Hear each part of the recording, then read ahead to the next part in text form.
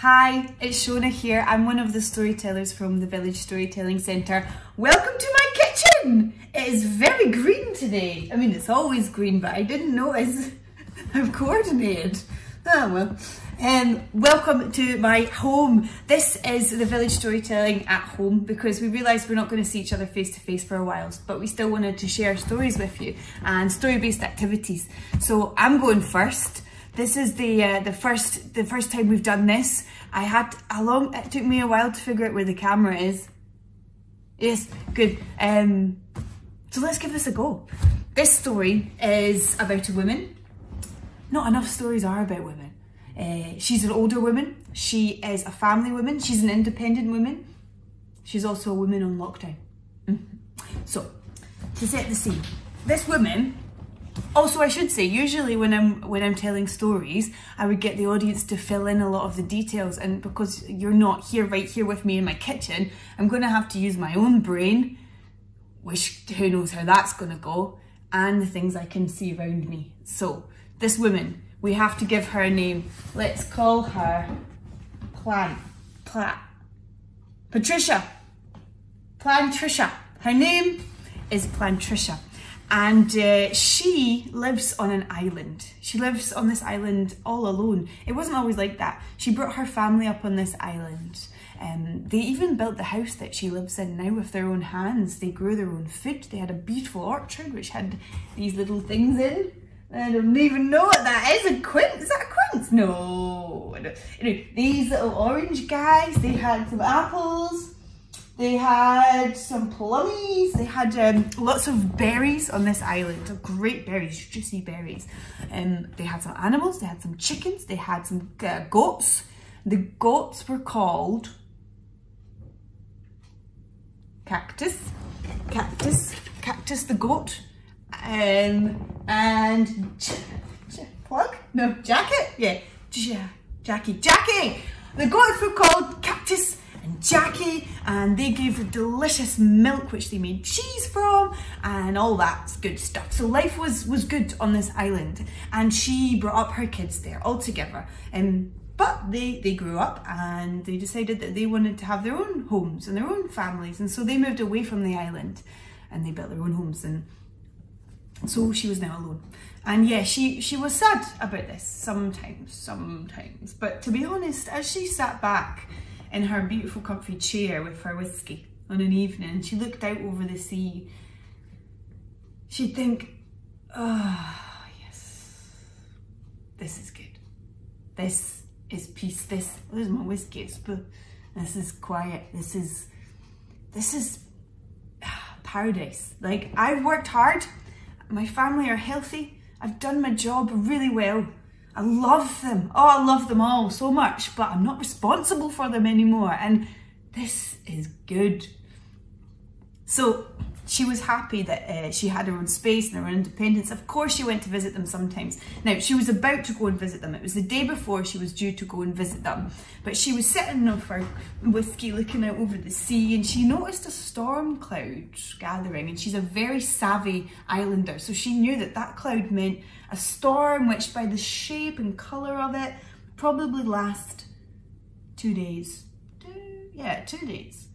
And so she calls her son. Hello, Jimmy. Hi, Jimmy. I'm so sorry. Listen, there's a storm coming. I'll be with you really soon. No worries. I've got enough food for a couple of days. No worries. I'll see. Beep. The lines were down. And she knew this storm was so big that nobody would be getting on the island for 2 days and nobody would be getting off the island for 2 days. She was on lockdown.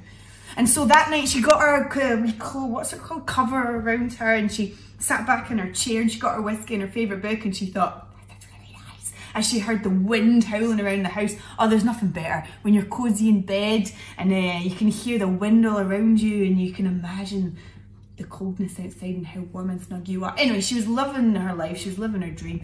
So she was kind of surprised when she heard a Granny at the door, because no man could get on that island that night, not even a woman.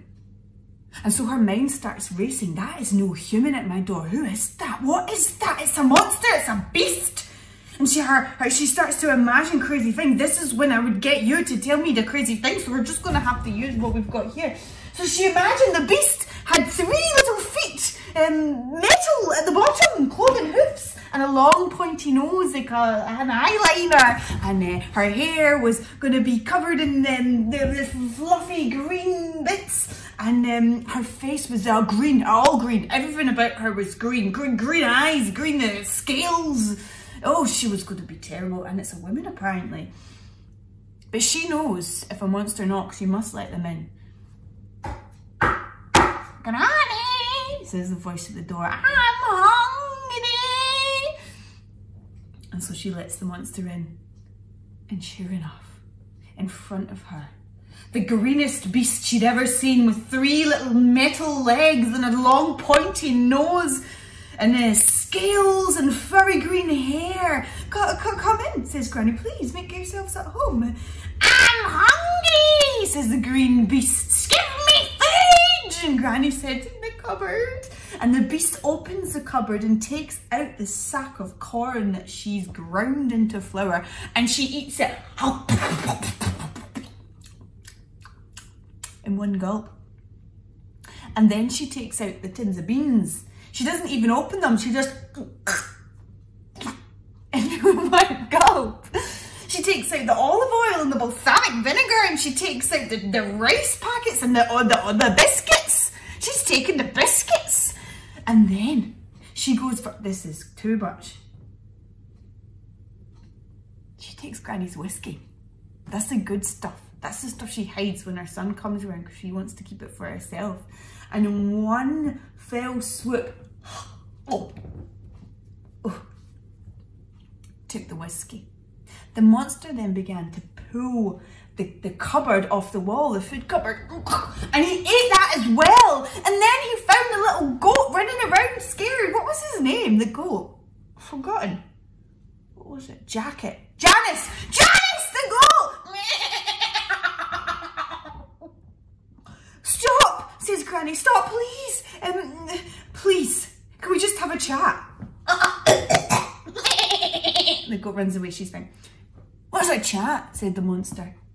A chat, says Granny, is when I ask you a question and you answer, and then you ask me a question and then I answer. That's a chat. It's nice. All right, let's have a chat. So the monster sits down and says, go on then, give me your question. Granny's mind racing. What can she ask a monster in her kitchen that's eating all of her food? Monster, what are you scared of? That's a good question, Granny. I've never thought of that, I guess. I guess I'm scared of blackberries. Oh, blackberries. Those terrible little berries, if they touch my skin, I scratch it off. If it goes near my mouth, I'm terribly allergic to blackberries. Right? Granny, what are you scared of? This is fun. Granny thinks, I am scared of... I'm scared of cakes and money.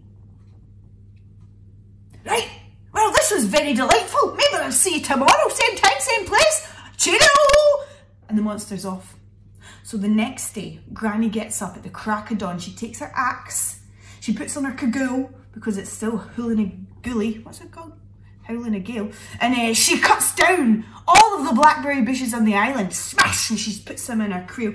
She cuts it down and puts it in her bag. Cuts it until she's got a whole mass of blackberry bushes. And she puts them around her house, around the door frames, around the windowsills. And then she gets her blackberry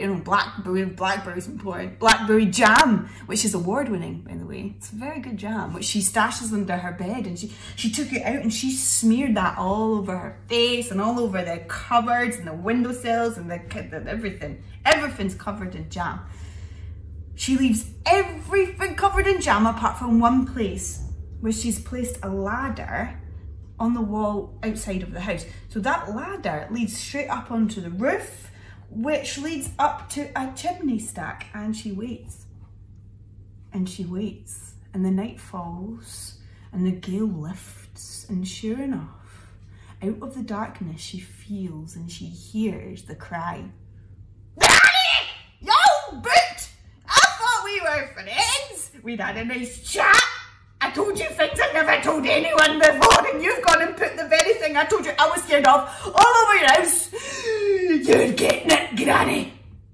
And then she hears a as the monster climbs the ladder and climbs up onto the roof and calls down the chimney, "Take this, you bat!"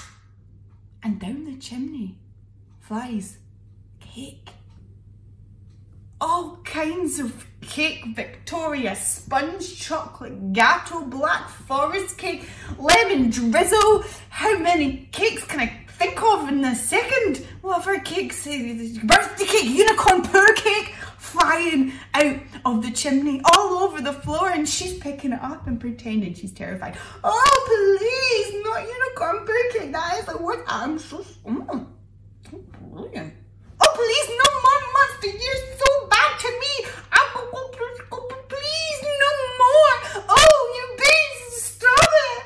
Oh, I hope the monster doesn't remember the other thing I'm scared of. And then down the chimney flies money.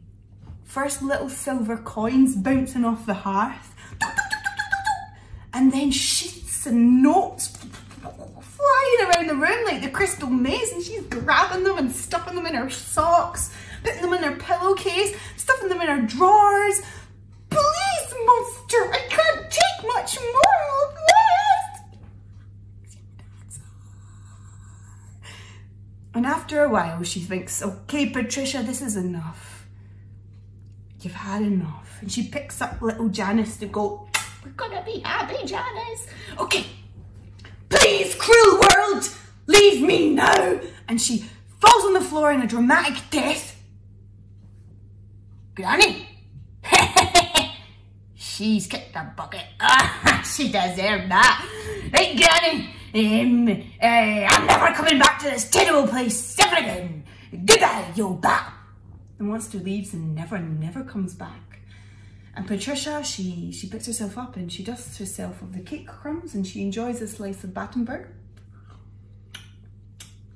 And she decides that she's going to fix her house, the damage that was done by the monster, but she's also going to build a house on the mainland. Not too close to the family, she still needs her independence, but close enough that she can see them a little more often. And that's the end of that. Hi, I hope you enjoyed that story about Granny and the Monster. I adapted it from a story I found in this book called Outfoxing Fear, which was edited by Kathleen Reagan. And in this book it's called What Are You Most Scared Of? It's a really good book, I'd recommend checking it out. Stay here because I'm about to run an exercise with you that my friend Zephyr taught me about making our own monsters. So we're going to make coincidence monsters. It's really easy. You can do it by yourself or with other people. But the idea is that we're making these monsters and we've no idea how they're going to turn out. So you start by drawing the top of a monster's head at the top of a piece of paper and then folding it over, making sure you leave the bottom part of the drawing exposed so that the next person that picks it up knows where to start the next part of the drawing. So here's me doing a bubble-headed monster, and you can see I've left just the bottom part of it so you can see it after the fold. When you've done your bubble head, or you've done the top of your monster's head, pass it on to the person next to you. Or you can, if you're doing it by yourself like I am, you can just switch between the pieces of paper. So when you folded over the top of the head, move on to the face. And the more random, the better. I promise you, it will be hilarious. We don't know how this is going to end up. I don't know what head that face has. Do you know what I mean? What hairline that has. But keep passing it round. Keep swapping them over. This is why it's called coincidences, because we don't know how it's going to turn out. Oh, here's a rabbit one I'm doing. Where is my head at? And again, I don't know what hairline that's got. Keep passing it round, keep passing it over and see what happens. Okay, I sped it up because you get the idea. You're just drawing different body parts of the monster. The wackier the better. You're folding each part over, passing it on and drawing the next. Shoulders, chest, feet. Let's see what we made. Right, let's see what monstrosities we have created. Oh, I should have put this back on my little... Oh, gosh. Oh, gosh. There we go. There's one. Let's check out this one. Sorry if you're feeling a bit seasick. Oh, wow. And finally, the last one. Let's have a look. Brilliant. Well, I'm actually kind of impressed with these strangers. So what I do now is I'd have a look at these. Let's take this one. And I'd think, wow, first of all, where does this creature live? So for me, this is clearly a sea creature. It's got a tail like a mermaid, a mouth, a big gaping mouth, and his hair that's a bit sort of seaweedy or flamish. Definitely a sea creature. And it looks quite happy. So I ask, where does it live? How does it feel? What does it need?